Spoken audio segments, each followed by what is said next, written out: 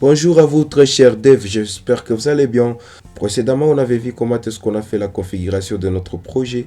Dans cette nouvelle vidéo, on va voir comment est-ce qu'on va implémenter une partie de l'interface utilisateur de la page d'accueil YouTube. Alors c'est parti. Alors on est sur Visual Studio. Ce que j'ai fait, j'ai seulement retiré les boilerplate code et donc le code qui est généré par défaut avec Flitter.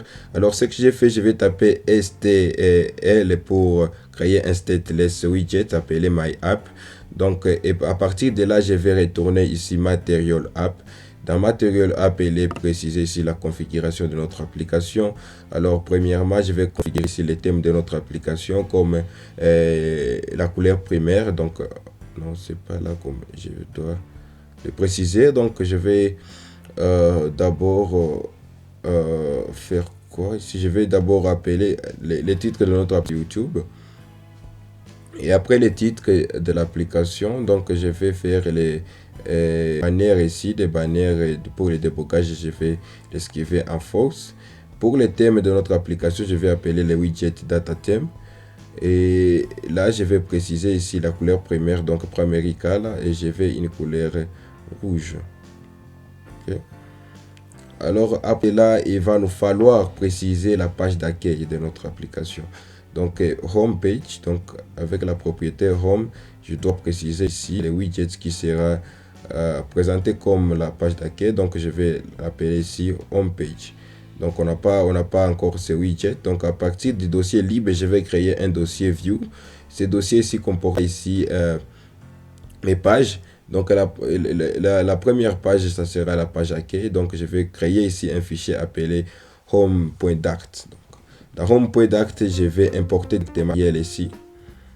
Donc on va importer les matériels. Et après avoir importé le matériel, je vais faire STL pour créer un stateless widget appelé homepage. Donc une fois créé, je dois l'importer directement ici sur la page principale. Donc je vais juste ajouter ici ok. Et là, on a notre page d'accueil. Sur la page accueil, on va préciser ici appeler scaffold. Dans scaffold, on a la propriété app bar pour prendre notre menu. Ok, notre barre de menu. Ici, sur notre barre de menu, on va justement commencer avec les propriétés de notre barre de menu. Ce que vous allez voir, on va avoir besoin ici d'une image, ici le logo, et on va besoin d'implémenter tout ça sur la barre de menu de YouTube. Donc on peut aller sur les codes sources pour voir les assets qu'on a utilisés, donc les images. Voici toutes les images qu'on va utiliser tout au long de ce projet. Donc vous pouvez les télécharger, ou soit si vous avez téléchargé tous les projets entiers, vous avez déjà ces dossiers. Alors ce qu'on va faire, c'est quoi? Donc on va revenir ici sur notre projet, parce que moi j'ai déjà j'ai téléchargé l'entièreté de ces projets. Donc ce que je vais faire, je vais ouvrir ici depuis notre dossier, si je vais ouvrir notre projet courant avec l'explorateur des fichiers. Donc c'est comme ça, et je vais partir sur les dossiers là depuis GitHub. Je vais copier les dossiers assets, je vais revenir ici sur notre dossier ici ouvert depuis explorer des fichiers. Alors je vais coller ici les dossiers assets. Donc sur notre projet ici, vous allez voir qu'on a tous les fichiers qu'on va travailler avec. Donc je vais partir sur le fichier PubSpec YAML, et le mien c'est de référencer les dossiers que je viens d'ajouter ici. Donc je vais depuis les 52e ligne, je vais référencer ici les noms de ces dossiers. Ici c'est le dossier asset. Ok. Alors il sera mieux ici de sauvegarder les modifications. Donc je vais fermer ici pour sauvegarder les modifications. Après l'enregistrement, le processus est en cours pour le package. Je vais attendre justement. On a une erreur. On a bel et bien trouvé une erreur. On devrait avoir une liste d'assets, mais là on trouve un string. Qu'est-ce qui se passe? Qu'est-ce qui se passe? Là ça se localise comme un string. Donc là ça devait être à la ligne. Ok, et là on devait avoir un espace. Ok, on peut appuyer sur get package pour mettre à jour on a toujours cette erreur.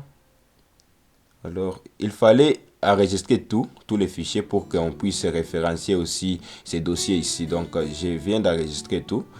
Et là, je crois que tout est bien.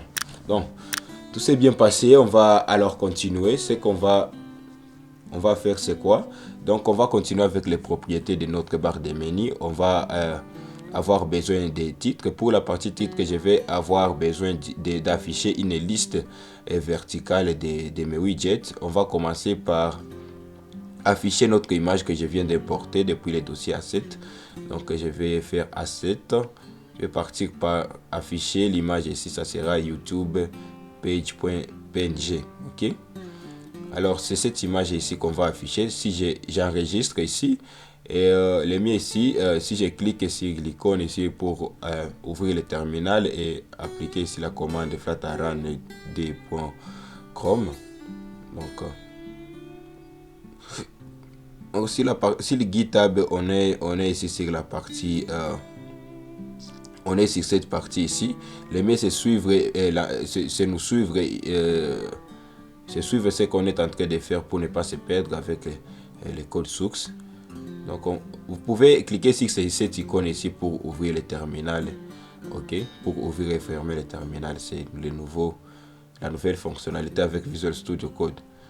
Donc là, on voit que notre application vient de se charger et notre image ici prend l'entièreté de notre barre de menu. Donc, ce qu'on va faire ici, c'est lui donner la largeur limite. Donc, on va donner comme largeur limite, donc width de 100 pixels.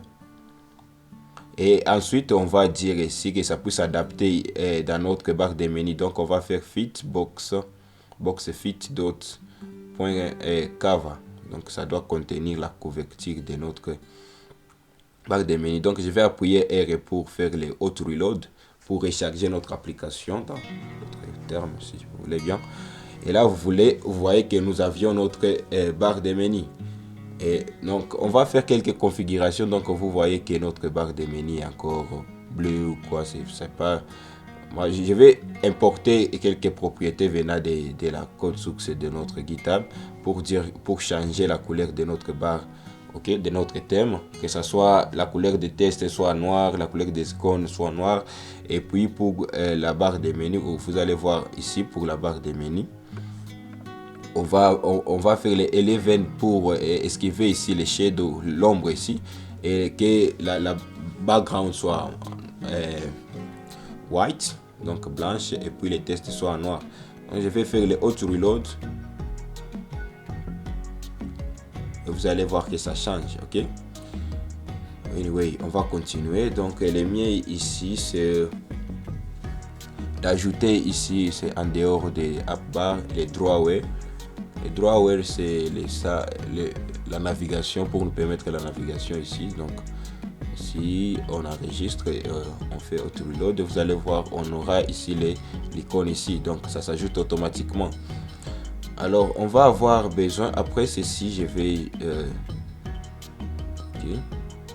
juste ajouter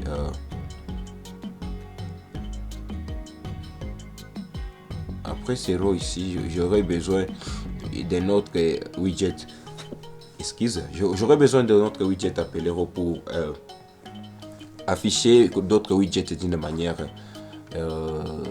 horizontale. Donc, pour vous donner l'idée, si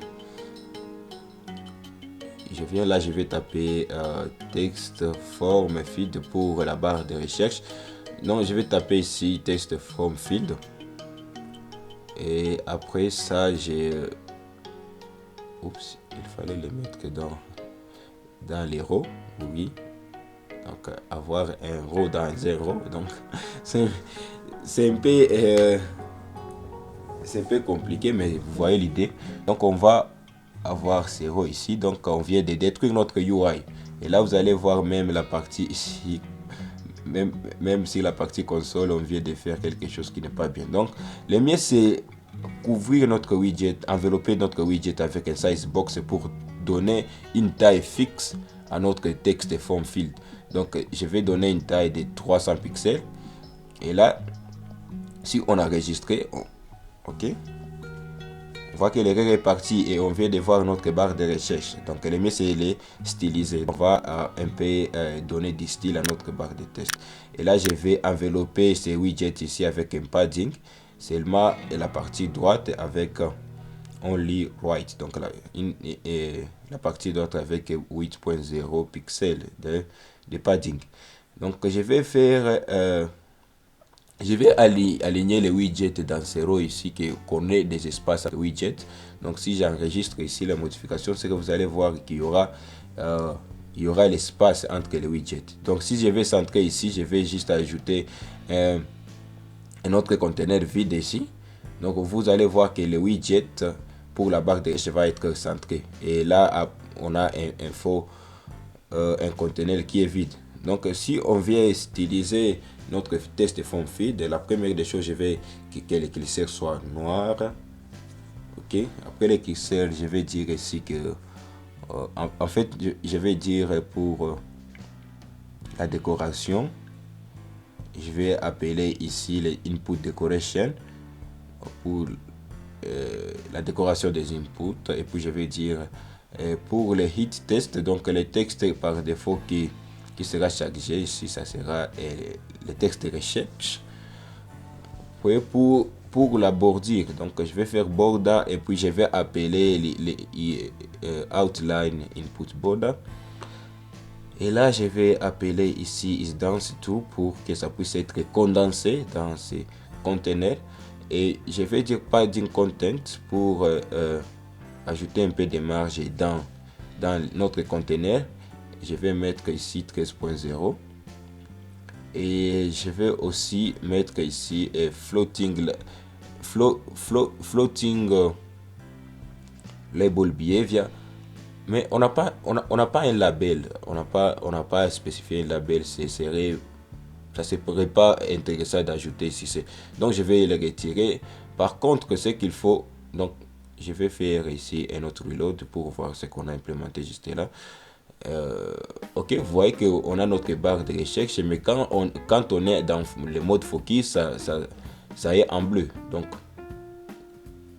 quand c'est focus, ça est en bleu. Donc ce qu'on va faire ici, c'est quoi?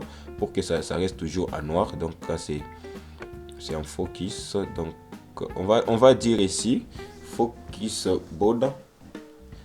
Focus border, on va ajouter, on va chercher ici le widget appelé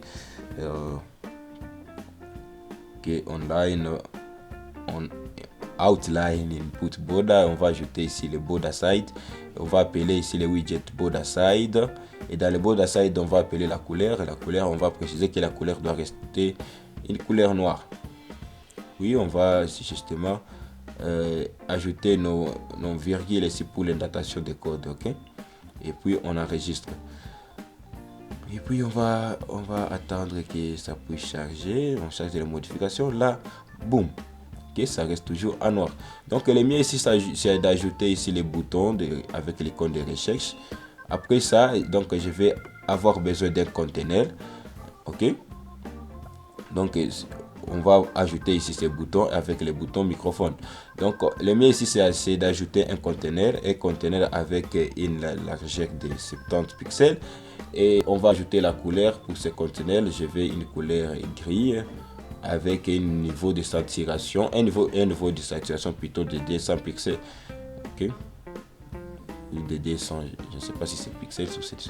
Ok, on va ajouter une icône bouton avec. On va préciser directement ces boutons. Ça sera un bouton appelé une icône recherche. Donc recherche outline. Et de ce fait, on va ajouter ici on press. Donc on press, on va avoir justement une fonction vide. Ok, là je vais faire auto reload pour recharger l'application. Ok,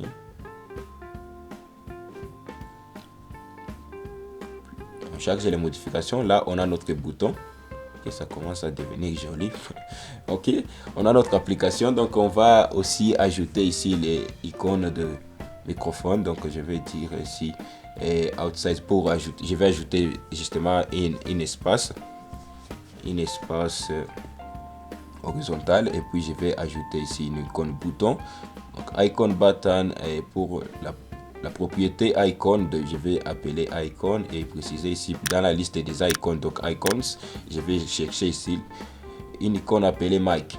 Donc après ça, je vais on press, donc la propriété on press, je vais ajouter une fonction vide tout simplement. Et puis on a notre micro. Si on recompile l'application, on va charger les modifications et justement on va voir ce qu'on vient d'implémenter. Okay? Donc on va notre icône bouton. Donc la partie ici, donc la partie conteneur vide ici, si on partait sur notre GitHub, donc si on partait sur notre GitHub ici, on aura ces rows ici. Donc on aura une liste horizontale de widgets. Et dans ces listes horizontales de widgets, qu'est-ce qu'il faut? Il faut implémenter ici des icônes. Donc je vais copier cette icône ici. Donc l'icône ici avec donc ces icônes ici, les 4 icônes ici. Donc ce qu'il faut, je vais juste copier ces 4 icônes. C'est ça, donc les 4 ici, je vais juste les copier et venir les coller. Je vais retirer ça et venir les coller justement là. Pour les responsive padding, on va en voir après. Donc je vais mettre d'abord un code constant. Je vais mettre une valeur là au hasard. Parce que je vais expliquer la partie responsive après. Donc justement ça, et puis si on recompile l'application, qu'est-ce que ça donne? Donc il faut d'abord enregistrer et puis venir ici la partie console pour taper R pour compiler et charger toute façon. Donc c'est ça, donc on a les 4 icônes ici. Donc pour la partie responsive, pour les rendre ici responsive, ce qu'on va faire c'est quoi? Okay. Pour que ça soit ici responsive, donc je vais mettre la couleur, les thèmes, light theme. Vous voyez qu'on est presque, donc on est presque au design de YouTube. Mais pour que ça puisse refléter vraiment les YouTube, qu'est-ce qu'on va faire? Donc, la première des choses, je vais créer ici un autre dossier. Je vais l'appeler TierArray. TierArray, donc ça sera les widgets qui seront partagés avec les d'autres pages. Donc, ça sera toolbar. Donc, ça sera la barre des menus que je vais partager ensuite avec d'autres. Donc là, je vais importer matériel. Je vois que Visual Studio ne m'assiste pas, donc je vais encore recommencer import matériel que je vais importer le matériel et le mieux c'est de créer un stateless widget appelé toolbar et je vais revenir ici sur app bar. Je vais prendre tout ce qui est dans le widget app bar, je vais couper ça et je vais venir return app bar. Donc je vais retourner ces widgets app bar ici et le mieux c'est de faire appel à toolbar que je viens de créer. Donc je vais l'importer. Je vais importer toolbar. On a toujours une erreur. Je vais envelopper ce toolbar avec un autre widget appelé ici preferred size. Donc ce widget ici doit être enveloppé avec un autre widget appelé preferred style pour lui donner une taille ici. Donc preferred style, on va donner une taille avec size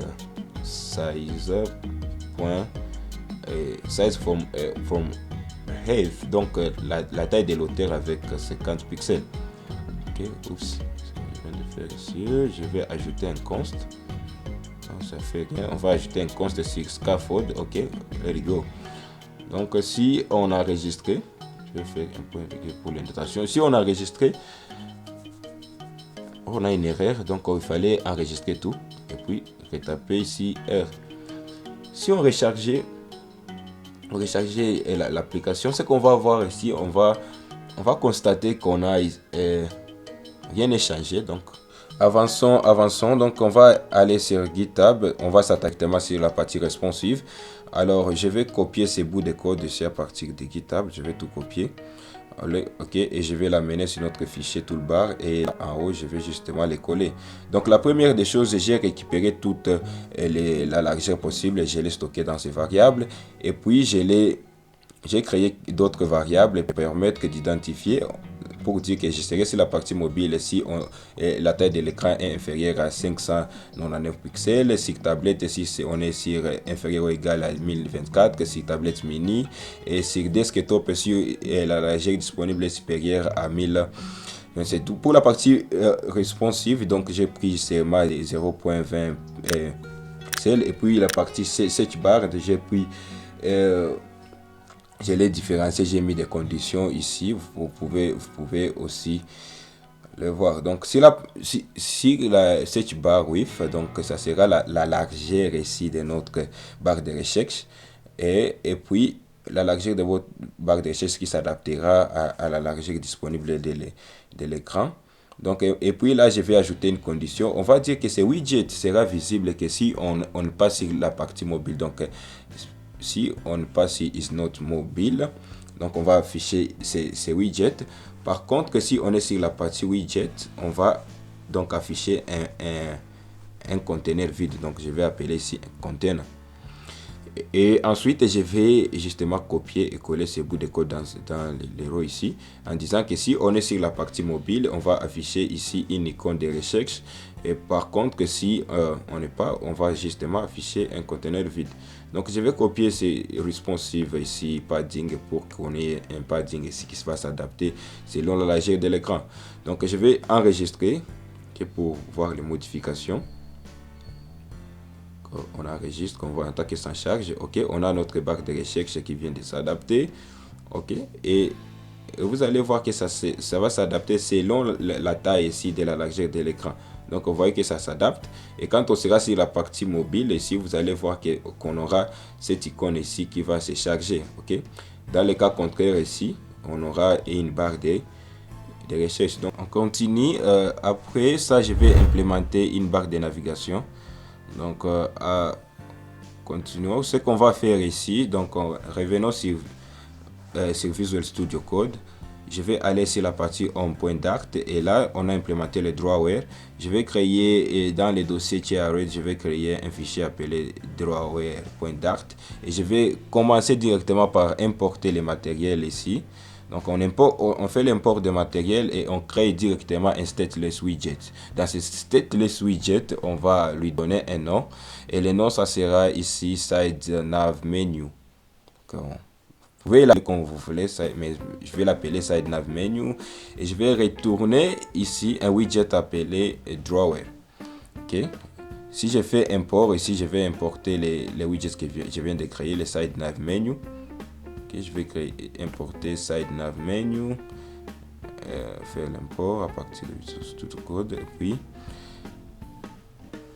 si on a enregistré les modifications.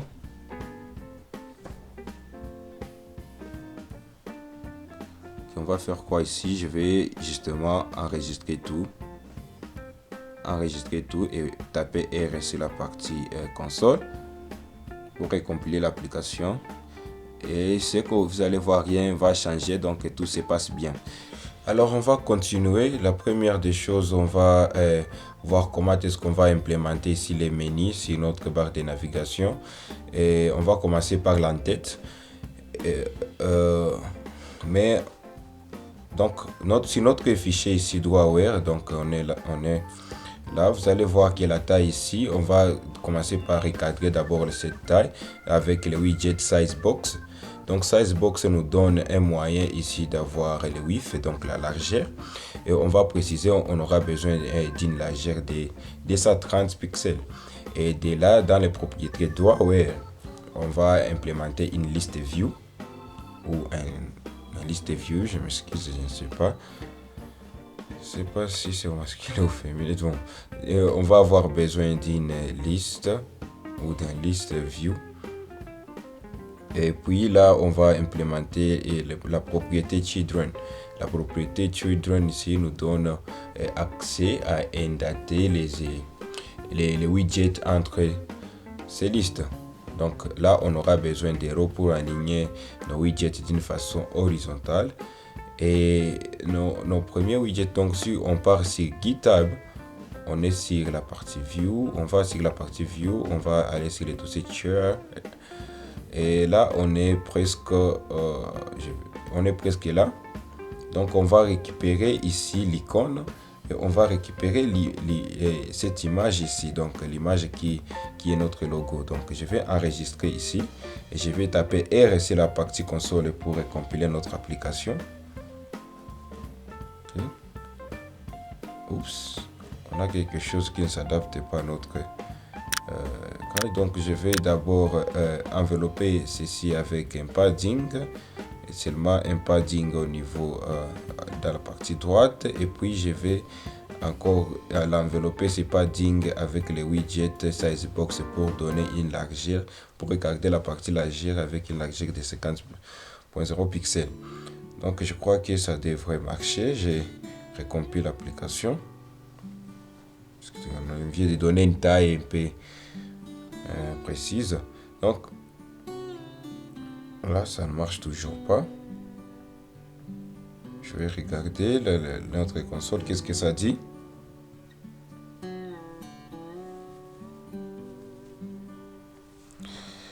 Là, on voit que la taille vient... La taille de ce widget pas fixe, je ne sais pas. Je venais de lui donner cette largeur, je ne sais pas pourquoi ça ne tient pas.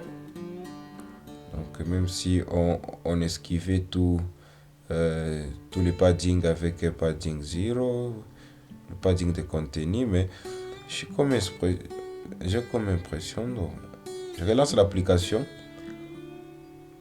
j'ai comme l'impression que c'est cette image ici. Vous voyez que l'image ne s'adapte pas vraiment, on ne parvient pas à l'adapter. Qu'est-ce que je peux faire? Bon, au fait, moi je crois que pour ceci, on a déjà un code source qui marche. Donc, bon, on peut soit copier. Je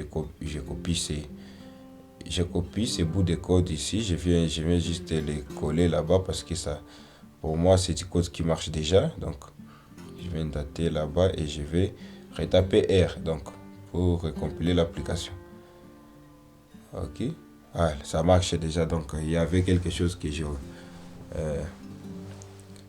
j'ai omis, je ne sais pas, par erreur ou par vitesse. Donc, ça marche bien. Donc, on poursuit. Alors, le mieux, c'est de commencer à implémenter les menus. Alors, pour les menus, on a notre 4 icônes ici. Donc, on va avoir besoin d'un texte avec une icône. Ok. Donc, justement, c'est ce qu'on va implémenter. On aura besoin d'une simple fonction qui va nous aider à fermer ici la barre de navigation. Donc, je vais copier ça et je vais juste les coller là-bas. Donc, on a nos icônes. Donc, on a nos 4 menus là-bas. Donc, je vais recompiler d'abord l'application. Ok. Alors, on est là. Donc, vous allez voir nos 4 menus. Ok. On l'a implémenté à partir de ces codes ici. Donc là, je vais ajouter un divide. Un divide, c'est juste une ligne pour nous aider à diviser ici les contenus. Donc cette ligne qu'on vient d'ajouter. Normalement, sur la partie web, il y a des fois que ça ne puisse pas fonctionner. Donc dans les codes sources, vous allez voir que j'ai utilisé ici les conteneurs. Les conteneurs, c'est une alternative au cas où les divides ne marchent pas. Vous pouvez utiliser les conteneurs. Donc je peux copier ces bouts de code ici pour vous donner vraiment l'idée qu'est-ce que ça fait ici. Donc le divide va nous permettre de diviser les deux parties de nos widgets. Donc vous allez voir ici, qu'on a divisé ici ces deux parties. Donc si ça ne marche pas pour vous, vous pouvez utiliser les conteneurs. Ça y est, ce qui est dans les codes sources, ça va marcher. Ok, ces conteneurs ici. Alors, je vais copier la suite. Après ces conteneurs ici, je vais copier ici les listes de taille. Okay. Je copie jusque là. Alors, CTRL C. Et là, je vais venir ici pour faire CTRL V. Donc, et je vais retaper R pour appliquer les modifications. Et là, vous allez voir qu'on vient d'ajouter une liste aussi d'autres menus. Ok. Alors là, je vais encore faire les divide pour un diviseur. Donc là, je vais ajouter const. Et là, en haut, je vais aussi ajouter un petit const. Donc c'est une constante. Et je vais taper R pour compiler l'application. Vous allez voir que je viens de diviser encore une autre partie qu'on va encore faire on est sur cette partie ici, la partie abonnement. Donc pour la partie abonnement, on aura des effets, une image avec un texte. Donc là, après ces conteneurs, donc on aura besoin d'un conteneur pour les titres. Donc ces titres ici, abonnement, en anglais c'est subscription. Donc, et là, on va copier tous les restes ici. On va justement copier tous les restes qu'il y a là. Là. Ok, on aura cette fois-ci une image, une image avec un texte. Donc c'est plus une icône. Donc là, vous voyez que nous avions une image à partir de ces. Donc on continue. Et après ça, je crois que il y a un petit espace qu'on doit ajouter ici avec notre texte. Donc on a déjà notre marge. Donc sur notre marge, on va ajouter la partie supérieure avec un pixel de 8.0. Vous allez voir que on a cette marge. Donc on continue. Donc j'ai omis ici show voir plus. Donc ça existe déjà dans notre code source. Donc le mieux c'est de le copier. Ok, donc j'ai omis ça. Donc c'est cette partie ici.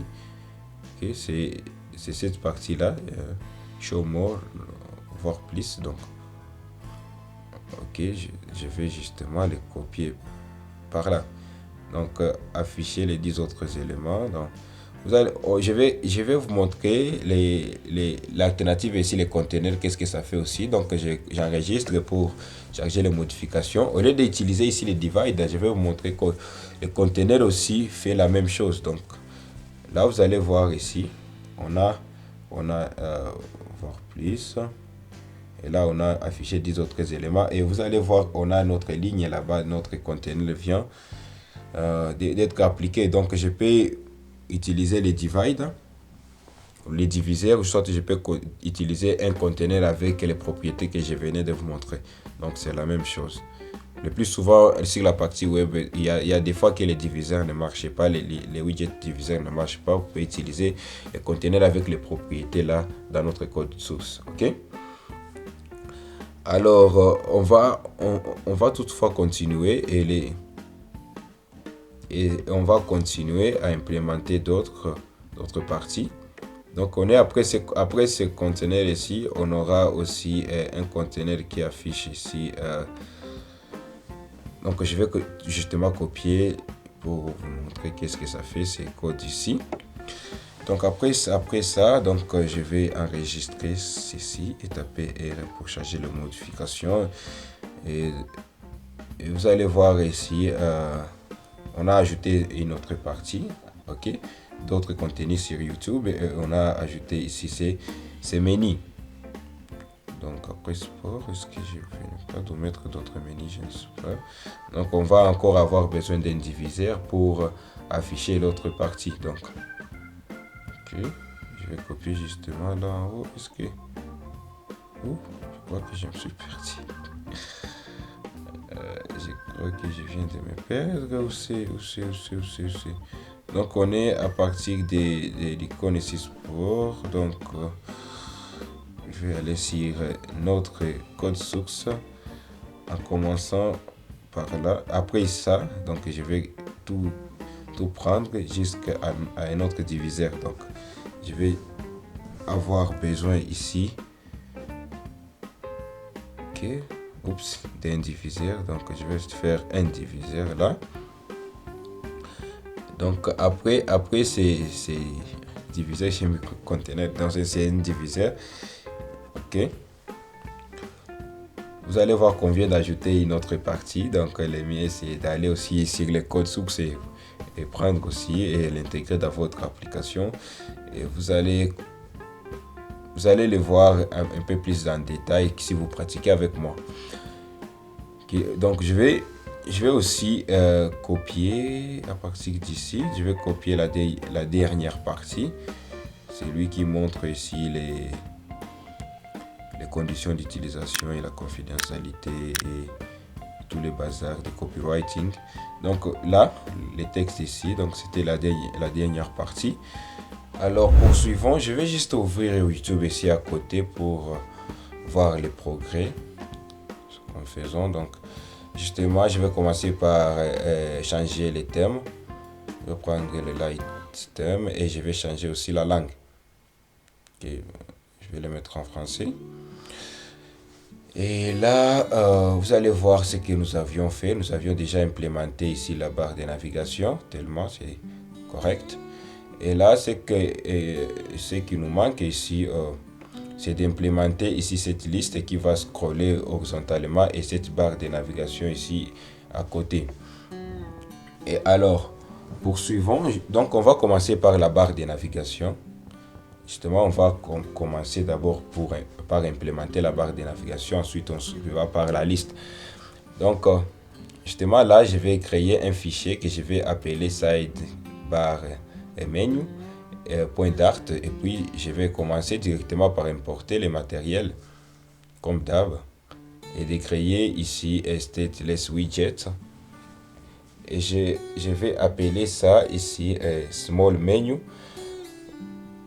Pourquoi small menu? Parce qu'on avait déjà ici site nav menu qu'on avait baptisé l'autre classe ici. Donc sur le fichier drawware, vous allez voir que les noms ici site nav menu avaient été déjà attribués. Donc je les donne ces noms ici. Vous pouvez les donner les noms que vous voulez. Vraiment. Les noms ne comptent pas plus. Donc, et désolé pour la nomenclature. Et donc là, la première des choses, je vais créer un variable qui va nous stocker ici les media query. Donc, je vais dire la largeur disponible de l'écran. Donc, je vais dire media query of context. Je récupère ici le contexte ici de notre page. Et là, après le contexte, en paramètre, je vais récupérer la taille disponible et c'est la taille de la largeur donc de l'écran. Et après cela, je vais prendre ici, je vais déclarer aussi une variable qui va me dire si qui va détecter que nous serons sur un téléphone ou un téléphone mobile quand la largeur sera inférieure à 599 pixels. Donc, alors on va détecter, on va mettre cette condition que ces conteneur sera affiché si nous ne sommes pas sur la partie mobile. Et dans le cas contraire, on va afficher un autre conteneur vide. Donc, on va commencer par implémenter ici nos menus. Donc, pour la largeur, on va prendre une largeur de 65.0. Et pour l'auteur, on va lui donner l'auteur disponible de l'écran. Donc, on va faire media query. On récupère la taille. Et la taille qu'on va récupérer, c'est la taille de l'auteur. Donc, on va faire head. Donc, donc après ça donc on va prendre la couleur, ça sera la couleur blanche pour notre background et on va prendre les children qu'on va utiliser, ça sera un colonne, c'est un widget qui nous permet d'afficher une liste de widgets d'une manière verticale et là on va retourner sur le code source et on va aller sur la partie home, on va chercher ici ces fichiers. Donc on va commencer par l'icône et les tests de ces menus. Donc on va avoir une icône bouton avec un texte. Est-ce que je venais de le copier ici dans une bonne place? Donc on va avoir une colonne. Une colonne, je vous ai dit, ça nous permet d'afficher une liste de widgets d'une manière verticale. Donc là on va afficher là on aura besoin seulement d'afficher ici là une colonne qui va nous afficher une icône bouton avec un texte. Donc là justement on va avoir besoin de la partie body et sur la partie body ici je vais justement faire quoi? Donc je vais implémenter ici une liste verticale des éléments. Donc j'aurai besoin des rows pour placer la liste qui va scroller horizontalement à droite et notre barre de menu à gauche. Donc on aura besoin de notre barre de menu qui va se présenter à gauche. Donc small menu, je l'ai déjà importé. Ok, je crois que c'est le même nom ici que j'ai importé. Pourquoi cette erreur? Et Visual Studio ne m'assiste plus. Okay, je vais me battre moi-même pour voir pourquoi cette erreur. Là, je ne suis pas assisté. Petit souci, je vais voir pourquoi cette erreur. Donc, je l'ai bien écrit et je crois que c'est déjà importé ici. Ok. Moi, je crois que Visual Studio dit quoi?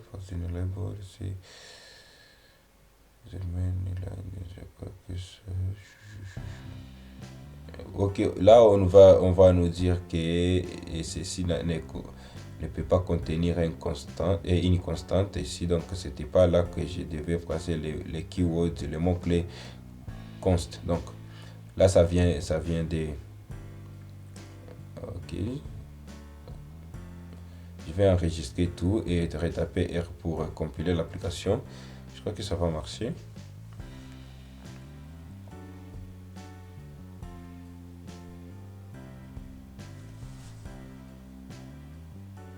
Ok, on est sur notre application.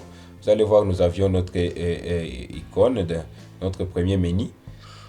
Donc, je vais faire de même, à commencer par un petit espacement. Donc, là, on est sur notre partie. Je vais justement, après ces colonnes, je vais ajouter ici le code ici. Donc, on a un petit espacement avec 16 pixels de hauteur. Et là, on va implémenter notre widget. Et je vais faire de suite pour les prochains menus. Donc, ok, les prochains menus shot. Donc, justement, après les colonnes, je vais ajouter ici un petit espacement. Et je vais ajouter ici les menus en question. Alors, pour les trois autres, je vais aller sur notre code source et je vais justement copier les trois autres menus. Donc, je vais partir de là, je vais justement copier les trois autres menus. C'est juste sur la partie librairie. Je m'excuse. Donc, on a ces trois autres menus, ok? Je viens de copier. Donc, on va enregistrer tout et recompiler l'application pour voir si ça marche. Ok, donc on va retourner sur notre application. On va voir que ça marche déjà. Ok, donc on a implémenté tout. C'est que ça marche. Le mieux, c'est d'implémenter cette liste ici. Ok, on va implémenter cette liste juste à côté. Vous allez voir ici, c'est responsive déjà. Donc, ok, c'est responsive déjà. Alors, très bien. On va implémenter cette liste en créant un autre fichier. Okay, le fichier en question, ça sera le fichier...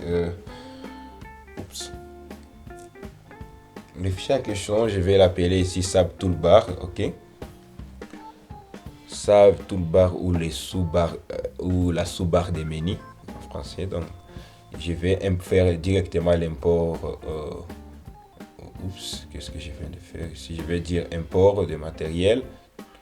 Ok, je porte le matériel et puis je vais faire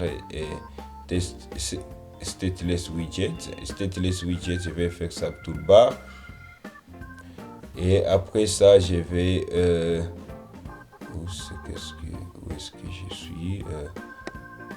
Après ça, je vais implémenter cette liste. Alors, cette liste, si je vais les trouver à partir des...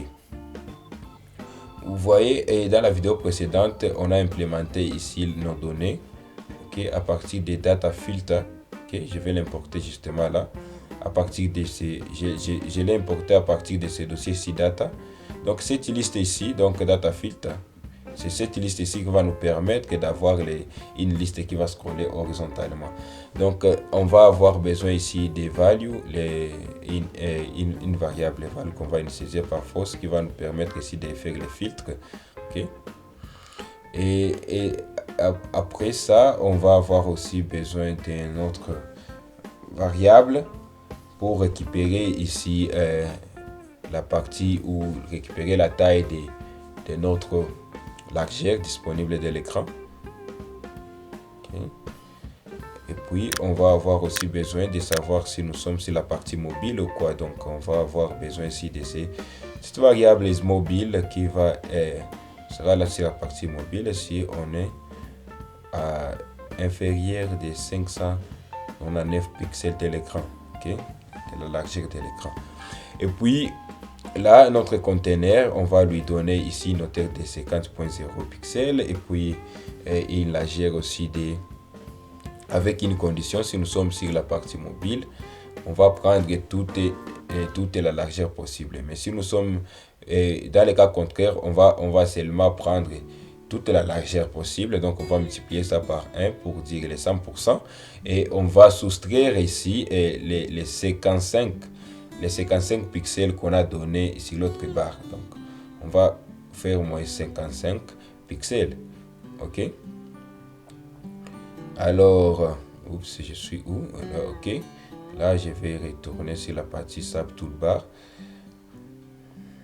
Et là, OK, on est sur la partie width et je vais copier ici la décoration de ces conteneurs. Donc, on va décorer notre conteneur. OK. Oups.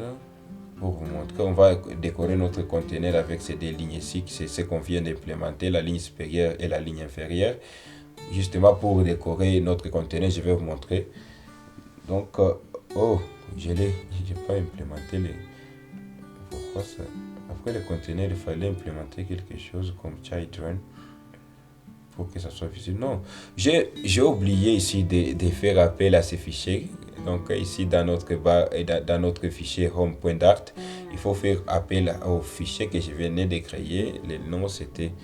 Donc, j'aurais besoin d'un colonne pour afficher une liste de widgets d'une manière verticale. Donc, je vais afficher d'abord ici le SAP Toolbar. OK. Donc, justement, là, je vais omettre ici cette partie. Donc, OK. Il faut ignorer ici le const pour ce fichier. Donc, j'aurais besoin ici d'un colonne parce que j'aurai ensuite affiché la liste de vidéos. C'est pourquoi je commence par afficher le SAP Toolbar d'abord et puis on va afficher la liste de vidéos après. Donc là, on recopie notre application pour voir qu'est-ce que ça donne et puis progresse. Là, vous allez voir, on a notre colonne, on a notre conteneur qu'on a décoré. OK. Et après la décoration, qu'est-ce qu'on aura? On aura un chat qui va contenir une liste ici. Une liste qui va scroller horizontalement. Donc, je vais justement le copier. Copier cette liste et venir la coller ici dans notre conteneur. Donc, là, on a une liste et on va préciser la direction de scroll. Donc, ça va scroller horizontalement. Là, on a nos données et puis on va retourner ici un choice chip. Donc, c'est ça le widget qui va nous permettre d'avoir notre liste de choice chip. OK. Là, on a une liste qui scrolle verticalement. Je suis vraiment excité parce qu'on vient de faire la même chose, vous voyez. OK. Et les miens, je crois que prochainement, on va voir comment est-ce qu'on va implémenter alors la liste des vidéos.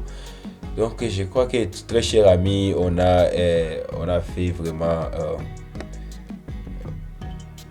ça fait plus de 40 minutes qu'on est là. Et puis, je crois que le mien, ce sera ici de implémenter cette liste ici prochainement.